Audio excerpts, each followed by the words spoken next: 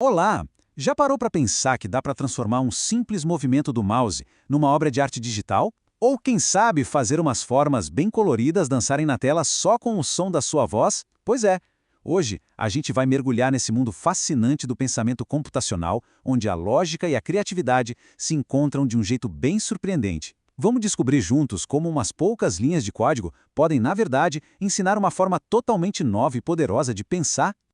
Então, a grande pergunta que guia a nossa conversa hoje é essa aí. Será que é mesmo possível criar arte interativa usando um código super simples? Bom, a resposta curta é sim, mas a resposta completa é ainda mais legal, porque ela mostra que o processo para chegar lá é muito mais acessível e, sabe, mais intuitivo do que a maioria das pessoas pensa. Vamos ver como isso funciona na prática? A nossa jornada aqui começa num lugar bem inusitado, onde a arte e o código se cruzam. Imagina só um evento. Um lugar cheio de telas interativas, instalações digitais.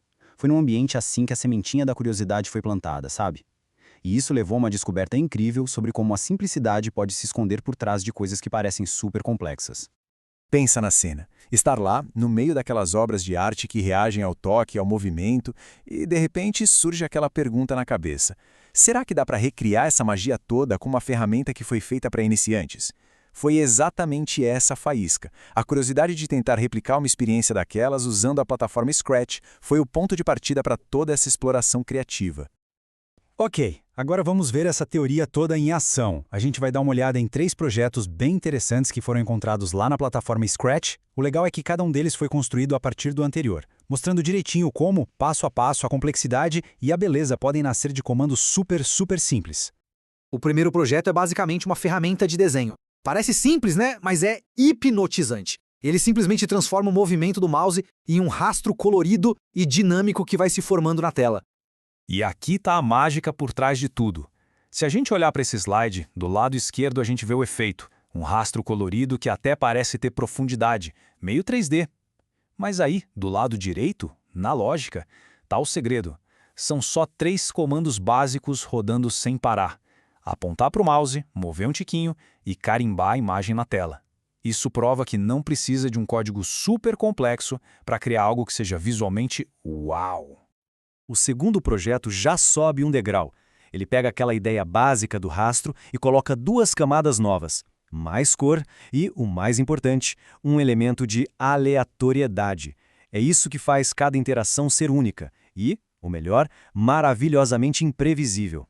E, de novo, vamos dar uma olhada na lógica. Pensa só, adicionando apenas 2 bloquinhos de código extras, um para mudar o efeito de cor e outro para fazer a forma girar num ângulo aleatório, o projeto ganha vida própria. Ele deixa de ser só um rastro previsível e vira essa explosão de cores e formas que está sempre mudando, como a gente vê no efeito visual.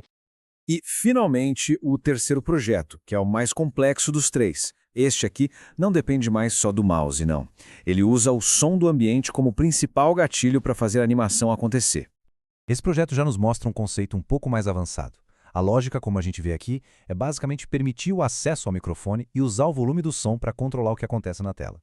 Ou seja, o programa está literalmente ouvindo o ambiente. E embora o código por trás seja um pouquinho mais elaborado, a ideia central continua sendo surpreendentemente simples: usar um som para criar um efeito visual dinâmico. Ok, a gente já viu o que, os projetos. Agora vamos entender o porquê. Por trás de toda essa criatividade existe um conceito fundamental que nos ajuda a resolver problemas de um jeito bem estruturado. E o nome desse superpoder é pensamento computacional. A definição no slide é a chave de tudo. Não se trata de aprender a pensar como uma máquina. Muito pelo contrário. É sobre ensinar a máquina a entender a nossa forma humana de resolver as coisas, traduzindo nosso raciocínio em passos que um computador consiga finalmente executar.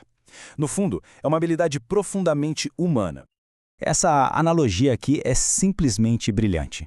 Pensar em programação não como matemática ou engenharia, mas como uma nova linguagem, isso muda tudo. É como aprender um novo idioma que permite não só se comunicar, mas também interpretar e interagir com todo o mundo digital que está ao nosso redor. E para essa ideia ficar bem clara, o pensamento computacional se apoia em 2 pilares. Primeiro, a decomposição, que é a habilidade de olhar para um problema gigante, que parece assustador, e quebrar ele em pedacinhos pequenos, fáceis de lidar. E segundo, a criação de algoritmos, que, falando de um jeito simples, é só criar uma receita, sabe? Um plano passo a passo para resolver cada um desses pedacinhos de forma organizada. Certo. Agora vamos ampliar um pouco nosso foco. Como é que essa habilidade, que parece tão abstrata, de resolver problemas, se conecta com o mundo real, com aplicações que vão muito mais, muito além de um computador? Ah, essa é a pergunta de $1 milhão, né? Se a carreira de alguém não tem nada a ver com escrever código, por que essa forma de pensar seria importante? A resposta é bem simples, porque a lógica por trás dela é universal. Ela se aplica a quase todos os desafios que a gente enfrenta na vida. Pensa um pouco nesses exemplos. Um médico que decompõe sintomas para chegar a um diagnóstico. Ele está usando decomposição. Um arquiteto que cria um cronograma detalhado, passo a passo, para uma obra. Ele está criando um algoritmo. Um professor que estrutura uma aula em etapas lógicas para facilitar o aprendizado. Também é a mesmíssima mentalidade, só que aplicada em contextos totalmente diferentes. E para deixar isso ainda mais concreto, vamos usar uma analogia do dia a dia que todo mundo entende. Imagina que um cano estourou em casa. Aquele pânico inicial é real, né? Mas o pensamento computacional pode mostrar um caminho para a solução. E aqui a gente vê o pensamento computacional em ação no mundo real, na prática. Em vez de entrar em pânico, o problema é decomposto. O problemão é o cano está vazando, mas o problema imediato, o mais urgente, é a água está jorrando para todo lado. O algoritmo é o plano de ação, primeiro, fechar o registro. Depois a gente executa e avalia. Funcionou? A água parou? Se sim, ótimo, agora a gente pode passar para a próxima etapa, que é consertar o cano de fato. Essa é a essência do pensamento computacional. E no final das contas, a ideia central é exatamente essa. Seja para criar arte, compor uma música ou consertar um vazamento, o pensamento computacional não é uma habilidade só para programadores. É uma mentalidade, uma ferramenta universal para a gente conseguir abordar qualquer desafio de um jeito lógico e eficaz, tanto na vida profissional quanto na pessoal. E para fechar, fica essa pergunta para reflexão. Com essa nova perspectiva em mente, qual problema do dia a dia, seja ele grande ou pequeno, poderia ser encarado com um pouquinho mais de decomposição e um plano passo a passo? A ferramenta está aí, disponível e pronta para ser usada por qualquer um,